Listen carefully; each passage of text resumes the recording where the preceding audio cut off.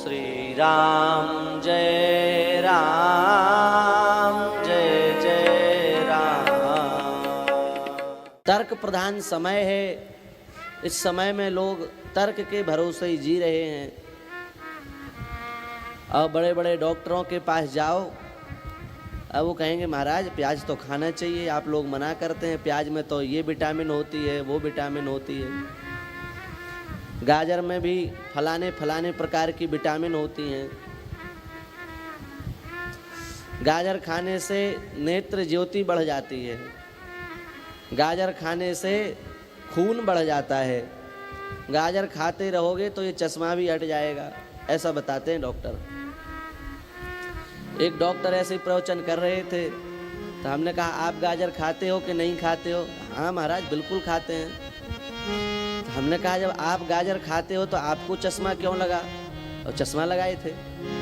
तो जब गाजर में सब विटामिन है और गाजर खाने से नेत्र ज्योति बढ़ जाती है तो आप तो जिंदगी भर से गाजर खा रहे हैं, आपको तो कम से कम चश्मा नहीं रहना चाहिए। आप भी चश्मा लगाए इधर से उधर घूम रहे हो, दवाई कर रहे हो, रोगियों का उपचार कर रहे हो। इससे सिद्ध होता है आपकी बात तो ठीक नहीं है। अरे बोले महाराज हमने तो बहुत ज़्यादा पढ़ाई लिखाई की इसलिए हमें चश्मा लग गया, नहीं तो चश्मा नहीं लगता। ऐसे ऐसे लोग हैं संसार में।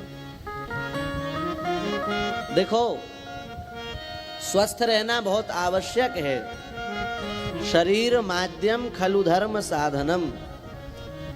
शरीर स्वस्थ रहेगा तभी व्यक्ति धर्म करेगा, शरीर स्वस्थ रहेगा तभी व्यक्ति भजन करेगा, शरीर स्वस्थ रहेगा तभी व्यक्ति अच्छे कर्म करेगा। और शरीर बीमार हो जाए, अब आप अस्वस्थ होते तो यहाँ कथा सुनने आते? नहीं आते। बीमार हो गए महाराज क्या करें, नहीं आ पाएंगे। तो जब तक शरीर स्वस्थ नहीं रहेगा तब तक व्यक्ति धर्म कार्य नहीं कर सकता। इसलिए शरीर को स्वस्थ रखना बहुत आवश्यक है। शरीर स्वस्थ रखने के लिए भोजन करना भी आवश्यक है, जल पीना भी आवश्यक है, औषधियों का सेवन करना भी आवश्यक है, सब आवश्यक है। लेकिन विशेष बात यह है कि जिन वस्तुओं का भक्षण करने से हमारे चित्त की वृत्ति बिगड़ती हो, जिन वस्तुओं का भक्षण करने से हमारा चित्त दूषित होता हो, जिन वस्तुओं का सेवन करने से हमें हमारे परलोक के बिगड़ने का डर हो, ऐसी वस्तु भले ही स्वास्थ्य के लिए लाभप्रद हो लेकिन फिर भी उसका सेवन नहीं करना चाहिए। यदि नहीं किया जाए तो बहुत अच्छा है।